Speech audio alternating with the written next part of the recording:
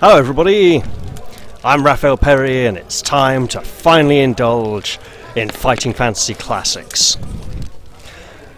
Now, I've got all 8 titles here. I don't know what order I'm going to play them in, and I don't know if I want to try and aim for a perfect playthrough, or if I want to go more of an explore, showing off some of the many fun and interesting, exciting ways that quests can fail. It's a trick one. It's a tough one. Now, I haven't played some of these for a little over 20 years now. It's even longer in some cases. Yeah. I haven't played Island of Blizzard King in definitely over 20 years. I know I've played some of them more recently. And Bloodbones I've never actually defeated. It's one of the harder ones. Right up there with Mage Hunter. Well, I suppose the hardest would be the old Vault of the Vampire, which was technically impossible without cheating due to a logic flow error. Yeah, fun. But let's not get into that. So what I think I'll probably do is just dive into one of the ones I'm much more familiar with, which will probably be Forest of Doom, and just play it, enjoy it. Probably, I mean, I know it fairly well, but I'll have fun anyway, right? Now, apparently I need to... I've sorted them numerically, and apparently there's this whole tab here I get to have fun with. Well, that's not a name, is it? Come on, let's see what we have available for portraits. Okay. Oh, wait. I don't... That's Elion Garak. That I don't know. He looks pretty cool. These are the portraits from the Warlock of Firetop Mountain game for the heroes, aren't they? Yeah, a little bit of an interesting scar there. Oh. There's some attitude. I reckon, though. Hey, Decion Strom. Good old Decion Strom. Okay. Oh wait, aren't you from? No, yeah. And the Rhino Man, who just goes by the name 23. Okay, you know what? I'm gonna use this one. Yeah. We call him Garius for now.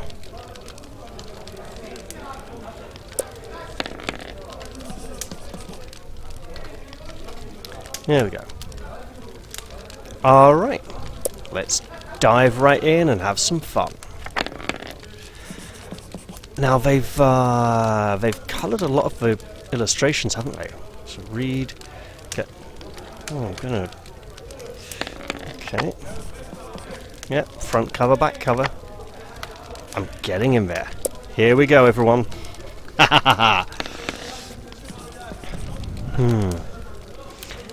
Do I want to skip the... I mean, skipping the rules, I'm familiar, but you're not all familiar. So, The Forest of Doom is a fighting fantasy game book, an interactive adventure in which you are the hero. You can only win by choosing the correct path, finding equipment, avoiding traps, and surviving combat. You will need to be as wise as an owl and as cunning as a weasel to triumph over the challenges ahead of you. Now, some of the fighting fantasy books took this choosing the one true path concept to an extreme, and there was literally only one true path that could be taken and everything else would lead to failure. Others were more open, and it was more that some choices were better than others. Before embarking on your adventure, you must determine your own strengths and weaknesses with a series of dice rolls. You have been preparing for your quest by training yourself in swordplay to improve your skill and exercising vigorously to build up your stamina. Before making your rolls, you must choose from one of 3 difficulty settings. This gamebook has been designed for optimum challenge on the Adventurer difficulty mode. For newcomers to Fighting Fantasy, we recommend Adventurer or Free Read modes. For experienced readers already familiar with printed versions of the gamebook, we recommend Hardcore Hero mode. I like the sound of that one. Please note that the ending of the Forest of Doom has been changed in hardcore mode to make it harder. Changed from the original ending. So, Adventurer, play the Forest of Doom exactly how Ian Livingstone designed it. Very little has been changed from the printed version. Your starting skill is calculated by rolling 1d6 plus 6. Yep. You're also given unlimited bookmarks, which act like placing your fingers between the pages. Hardcore Hero. If you have beaten the Forest of Doom in Adventurer mode, or have read the printed form of this game book before, test your courage in Darkwood Forest with the Ultimate Challenge. Your starting skill is calculated by rolling 1d6 plus 4. You still receive unlimited bookmarks. Okay, where's the one where you don't receive bookmarks? That's the one I'm excited about. Free read. Play the Forest of Doom like an old school cheater. In free read mode, you roll your character exactly the same way you would in Adventurer mode, but you're given 3 extra options to help easily negotiate your way through the book. Rewind, free choice, and heal. These are accessed through the Adventurer sheet. You may use all 3 of these buttons any time during your adventure except during combat, when you may only use the heal button. Rewind button. You can move backwards to the previous page. Should you take the wrong direction, you can now back up and choose another path, okay? You know, just putting it out there. If you don't like it, you know, you can try it. Free choice button. You can unlock all links on any page, irrespective of whether they are available, so you can easily negotiate tricky parts of the story, even if you do not possess the required conditions or items. Be warned, navigating the story in this way can sometimes result in odd story outcomes. And then there's the heal button. You're able to heal yourself at any time, so you will never run out of stamina. Which difficulty do you choose? Adventurer, Hardcore Hero, or Free Read? Well, I'm not going to go Free Read. Adventurer is the original difficulty. Now, the monsters in Forest of Doom are... we're not talking the Chaos Warriors who are like all skill 10 to 12 from Knights of Dark Renown or whatever it was. No, Knights of Dark Renown was a David Gemmell book, wasn't it? I'm trying to remember. I can't remember the... It was way up there. It's like book 56 or something after the Mummy ones. Yeah, I can't remember it. So, Hardcore Hero, less skill, okay, but changing the end to make it even harder. I mean, it was pretty hard. I mean, basically, if this page was a map, you had to like go into the forest, go east, north up to the river, west twice, back east once, across the river, east a bit, and then northwards towards the exit at the top of the forest. And getting all the required items to complete the quest was a bit challenging and could take multiple playthroughs. So having the end change to make it harder... Oh, maybe they just removed the loop back option where you could just go back round the outside of the forest and come back down. I think I'm going to go Adventurer because it's mostly what I'm used to. And if the ending isn't too different in Hardcore Hero, maybe I'll try that sometime as well. But for now I want to give the more authentic experience. So here we go. You have chosen the Adventurer difficulty mode. Before continuing, you must calculate your stamina. Your stamina score reflects your initial constitution, your will to survive, your determination, and overall fitness. The higher your stamina score, the longer you will be able to survive. You must roll 2 dice and add 12 to the number rolled. This is then entered in the stamina box on your adventure sheet. Stamina will go up and down during your journey, but if your stamina falls to 0, you die, and your adventure is over. Well, I'm absolutely going to roll my stamina. 10 plus 12 is 22. Your roll of 10 plus a base of 12 means your stamina is 22. This is a hardy fellow. Let's see if he's skilled with a blade. And this is, of course, the classic filler art sword from Forest of Doom in all its original glory. Your skill reflects your swordsmanship and general fighting expertise. The higher the better. Your starting skill is determined by rolling 1 die and adding 6 to the number. I could probably take the d6 plus 4 from Hardcore Hero, but the change to the end just has me a little bit apprehensive. This is then entered in the skill box on your adventure sheet. Your adventure sheet can be accessed at any time using the menu at the bottom of the screen. Can it now? Can it? Where? Where's... Well, that's not it. But yeah, that's fine. Rules, let's see. Illustrations, classic, absolutely. Right. Rolls that skill. Oh ho ho ho! Your roll of 6 plus a base of 6 means your skill is 12, the highest it could possibly be. This is actually amazing in case we ever have any skill tests. Alright, your luck score indicates how naturally lucky a person you are. Luck and magic are facts of life in the fantasy kingdom you are about to explore. And we have the old gauntlets and helmet with the coins and little wings on top of the helmet. Yeah, I'm remembering all these pictures, this is wonderful. Oh, this is great.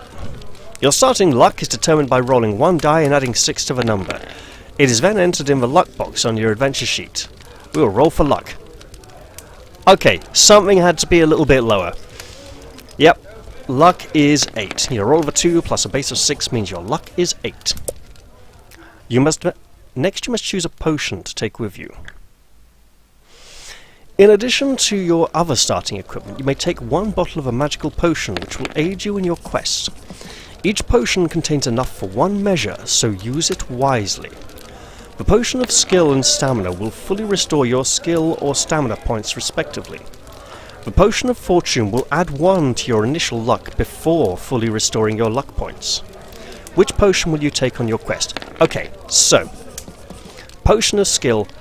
If we suffer anything which reduces our skill, this is literally the only way we could get it back. However, our starting skill is very high. The potion of strength will give us a full heal, but we will have plenty of provisions to nom and munch down on to restore our health. Fortune, luck can go down quite a lot and you don't always get it back very often, so I'm going for potion of fortune because it also increases initial luck, and we could do with having luck a little bit higher. I absolutely want that potion of luck, yes. Next you must prepare your adventurer's equipment. You begin your adventure with a sword, leather armour and a backpack containing provisions, food and drink to sustain you before the journey ahead. Rationing your provisions is key to a successful adventure. They may be consumed at any time, excluding combat, by accessing the adventure sheet. Each meal restores 4 stamina. Be sure to pay close attention to your stamina and restore it regularly. Your difficulty setting determines how many provisions you start with. Adventurers and free readers start with 10, while hardcore heroes begin with 3. Oh, I really want to do hardcore hero now! Oh well, another time perhaps. During your quest, you may encounter characters and items that alter your free scores. Stamina, skill and luck. Why do they keep... It's skill, stamina and luck. Why do they keep putting stamina first? Is this a new thing to do for new republishing editions or something? Maybe, I don't know.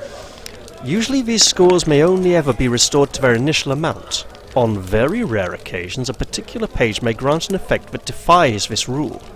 Aside from these occasions, some magic items may also allow you to exceed your initial scores. Once you have readied your equipment, you may begin. May the luck of the gods go with you on the adventure ahead. Ah, the old signpost at returning the junction. Okay, bookmarks. I will not use bookmarks yet. Here is our adventure sheet. We have Garius.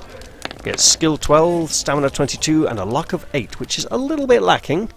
We have a potion of fortune and 10 provisions there, a sword, some leather armor, and a rucksack. Okay.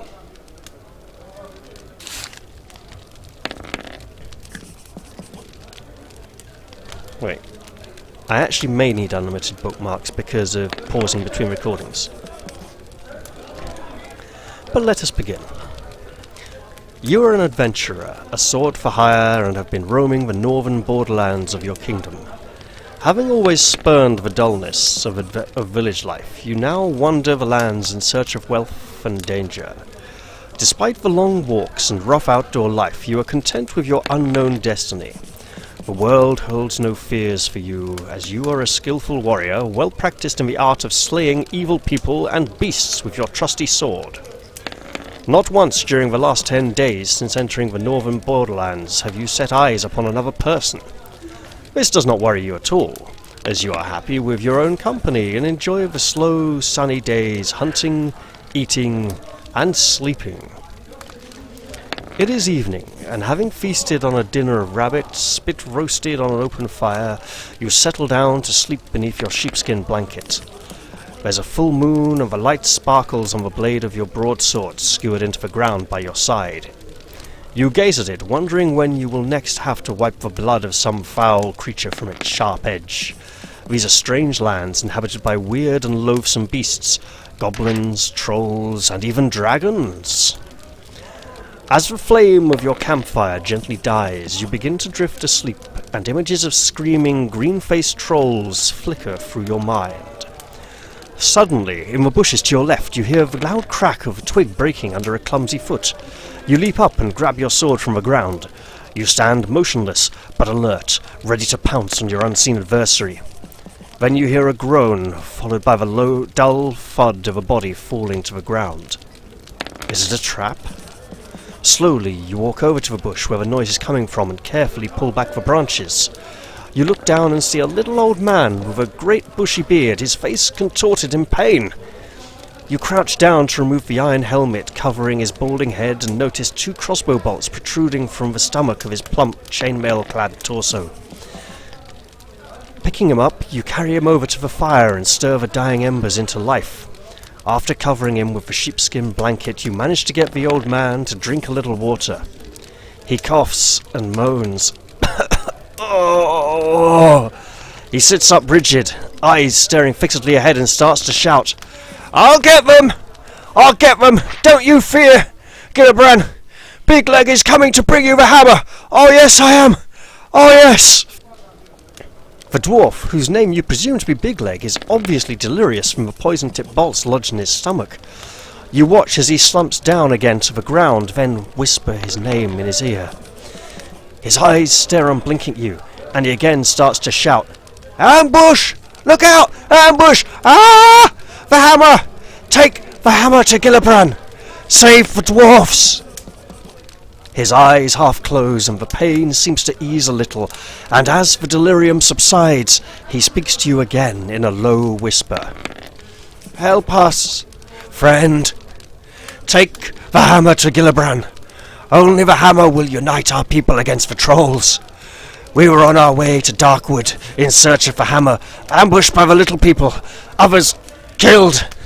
The map in my pouch will take you to the home of Yaztromo, the master mage in these parts. He has great magics for sale to protect you against the creatures of Darkwood. Take my gold. I beg you to find the hammer and take it to Gilibran, my lord of Stonebridge. You will be well rewarded." Big Leg opens his mouth to start another sentence, but nothing comes out except his last dying breath. You stare down and ponder Big Leg's words. Who is Gilibran? Who is Yaztromo? What is all the fuss about the dwarvish hammer? You reach over to the still body of Big Leg and remove the pouch from the belt around his waist. Inside, you find 30 gold pieces and a map, and what a detailed map it is! Look at this map, it is amazing! It shows us exactly how to get through the forest! I'm not kidding, this is exactly how detailed the original map was! It's great! It's like, oh yeah, see this forest? You gotta get through that, you know. Yeah, nobody knows what it's like in every world. And the really nice thing is, right, all of this, they could have, the artist could have continued the forest texture all over the whole forest, but the original light space in here was blatantly meant for the player to draw all over and start mapping the place. And it was just, that's part of the great thing about these books. They feed the imagination. Jingling the coins in your hand, you think of the possible rewards which may await you just for returning a hammer to a village of dwarfs. You decide to try and find the hammer in Darkwood Forest. It's been a few weeks since your last battle, and what is more, you are likely to be well paid for this one. With your mind made up, you settle down to sleep, having taken back the sheepskin blanket from poor Big Leg. In the morning, you bury the old dwarf and gather up your possessions. You examine the map, look up at the sun and find your bearings. Whistling merrily, you head off south at a good pace, eager to meet this man Yaztromo and see what he has to offer. Now turn over. There we are, the original illustration of Yaztromo's tower. And the great thing is, while the original pictures were all in black and white, you know, those of us children with vivid imagination, we were already filling these with colours. And the other thing is, of course, they were really good for colouring in for kids who were into that, right? Your walk to Yaztramo's takes a little over half a day, and you arrive at his stone tower, dirty and hungry. As the tower is set back on the edges of Darkwood, some 50 metres off from the path you have been following, it is difficult to find. Finally, you walk up to the huge oak door, somewhat relieved to find that it does exist, and that Big Leg has not been speaking wildly in his delirium. A large brass bell and gong hang from the stone archway. As you ring the bell, a shiver runs down your spine, and you realize that the loud bong invades a deep silence which you had not yet noticed before. There are no sounds of birds or animals to be heard. You wait anxiously at the door, and hear slow footsteps descending the stairs from the tower above. A small wooden slot in the door slides open, and 2 eyes appear and examine you. "Well, who are you?" demands a grumpy voice through the hole. You answer that you are an adventurer in search of a great master mage Yaztramo, intending to purchase magical items from him to combat the creatures of Darkwood Forest. "Oh, well, in that case, if you're interested in buying some of my merchandise, you had better come up. I am Yaztramo." He then turns and slowly climbs the stone stairs. Will you follow him up the stairs, or draw your sword and attack him? Why would I do that? Why would I do that? Now, at this point, I should explain that when it comes to fighting fantasy books, I have a system. However, it's a mutable system. It depends on who the author was. Basically, for the first sort of 20-25 books, you use the fighting fantasy system. And then for books sort of 25 to the early 40s, like 42, 43-ish, maybe 44, you use the reverse fighting fantasy system because the authors suddenly decided to revert it. Bizarrely, or just a lot of them had very different preferences in terms of direction and stuff. And then for the later books, sort of 45 up to 60, you mostly go back to the original fighting fantasy system, but there are, you do have to check who the author is at that point and go, okay, what sort of vibe am I getting from this one? Who wrote this one, right? That being said, whichever one of the two systems you use, that system will generally apply perfectly throughout the whole book, with the exception of 1 or 2 choices. As for attacking the Master Mage Yaztramo, that would be foolish, and in fact if I were to do so, he would simply turn me into a frog and dump me outside to enjoy my life as a frog. So no, I'm going to follow him upstairs because that's what I came here for. And it has struck me that actually the cramped tower could be similar to the original Games Workshop shop owned by Steve and Ian, where and the third chap, there were the 3 of them, and if a customer wanted to come in and browse for wares, the shop was so small that one of them actually had to step outside to let a customer in. Okay, let's go on up the stairs. You follow the huffing and puffing old man in his tattered robes up the spiral staircase to a large room at the top of the tower. Shelves, cupboards and cabinets line the walls, all filled with bottles, jars, weapons, armour and all manner of strange artefacts. Yaztramo shuffles past the general clutter and slumps down in an old oak chair. He reaches into his top pocket and pulls out a fragile pair of gold-rimmed spectacles. Placing these on his nose, he picks up a piece of slate and chalk from a table next to his chair and begins to write frantically. He then hands you a slate. Now we have our 30 gold pieces, and we will probably spend most of them here because there won't be many opportunities to part with coins within the forest itself. A potion of healing. Okay. Potion of plant control. Potion of stillness. Potion of insect control. Potion of anti-poison. Holy water. Ring of light. Boots of leaping. Rope of climbing. Net of entanglement. Armband of strength. Glove of missile dexterity. Rod of water finding. Garlic buds, headband of concentration, fire capsules and nose filters. Right. Going from memory, we will never need the rod of water finding. We will need the glove of missile dexterity, and the armband of strength will make things a lot easier. So I'm going to grab those right now. I will absolutely take this. And that. The boots of leaping, the rope of climbing, one of these would be very useful, and I can't remember which. The net of entanglement might also come in very useful, depending on how we choose to handle things. Potion of plant control, I'm not sure, so I'll take that. Potion of anti-poison, we're going to want the holy water. Ring of light, because I don't know if we're going to be able to. I mean, we're getting quite a... Oh, most of these are single-use items, by the way. 14 gold left, okay.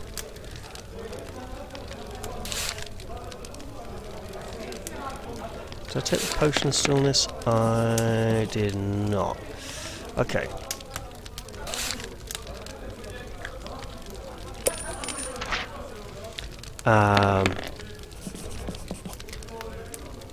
Okay, I'm thinking headband of concentration, fire capsules and nose filters. Probably. Wait, did we actually even take the boots of leaping or rope of climbing yet? We did not. Well then. Grab those. And now we have 6 gold pieces. I think I can afford maybe one more item. Okay, let me see.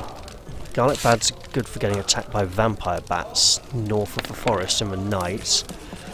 The headband of concentration, I think, is for when the wicked witch tries to cast a spell on you. Oh, what's the the thing? Yeah, Aragon. What do we need for him? I think that's something we find later on. I can't remember though. Fire capsules are for being attacked by the magically animated plants. Nose filters are for gas clouds. Did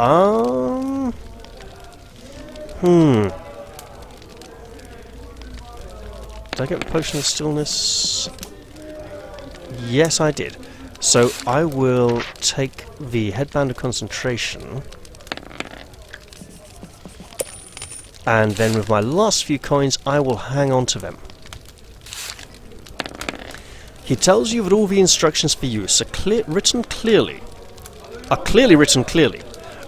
Absolutely. On the labels attached to the items, together with their suggested use. He sighs and tells you that unfortunately the magic in the items only works once, but they are the best you can buy for the money. Yastromo then asks you the reason for the purchase of the items, and you tell him your story and your decision to continue the quest of the luckless big leg. Ah, yes, Yastromo says, slowly rubbing his chin. I heard that the good dwarfs of Stonebridge had lost their fabled Warhammer. Without it, their king is unable to arouse his people, despite the fact that the hill trolls threaten his village. Rumour has it that an envious king of another village of dwarfs sent an eagle to Stonebridge to steal the hammer, which it managed to do, but as it flew over Darkwood it was attacked by death hawks, and the hammer dropped into the forest and was lost. Apparently 2 forest goblins found the hammer, but could not decide who was to keep it. They wrestled for hours, but gave up. Then they discovered that the handle unscrewed from the head, and the argument was settled. One kept the head, and the other kept the handle. Then they parted, each happy with his new treasure. Who knows if they still have them? So, go away, Windows antivirus messages of no virus threats found. Although that's probably a sign I should be ending the episode soon if my computer's going to start being like that. Then they parted, each happy with his new treasure. Who knows if they still have them, so I'm afraid your problems are doubled. I can tell you that the head is made of bronze and the handle is made of polished ebony. Both head and handle have the letter G inscribed on them. Your task is not easy. Good luck. You thank Yastromo and leave the room by the spiral staircase. Turn to 177. So, about the fighting fantasy system, right? The normal fighting fantasy system, when you are given multiple options involving directions, if you're given physical directions, go straight ahead. If you can't go straight ahead, go left. If you can't go, never go right. If you're given compass directions, go north. If you can't go north, go east. Never go west, never go south. That's the Fighting Fantasy system. The Reverse Fighting Fantasy system is different. The Reverse Fighting Fantasy system is always go right. If you can't go right, go straight ahead, never go left. If you're given compass directions, go south. If you can't go south, go west, never go north or east. Now, the times you ignore the system are if you have a really obvious objective that's lying in one direction, or if the clues point you, like, you know, the description of the area or something. But generally the Fighting Fantasy system will get you through the majority of Fighting Fantasy books without too much difficulty. And then the Reverse Fighting Fantasy system will get you through a lot of the others. Now, other people have a different system. A lot of people say that with multiple options, look at the numbers, and the one that's furthest away from the current numbered entry is the one to go for. I've never tried that one out, so I don't know, and these two systems could overlap quite nicely. But anyway, I'm going to continue.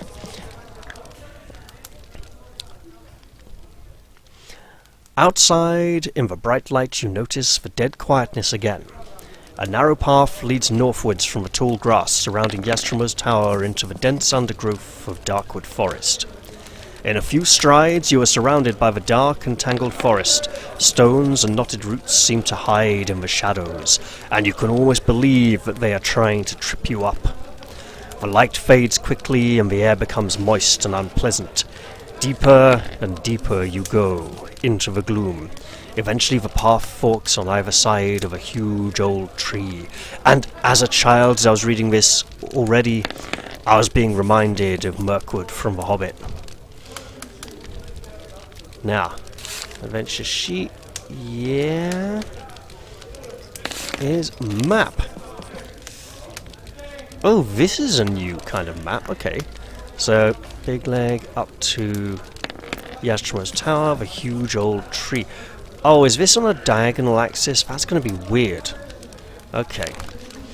Well, initially we shall go east. The path... I must be sleepy. I apologise, everyone. The narrow path continues to cut its way through the tangled forest. Strange animal cries and noises echo through the trees.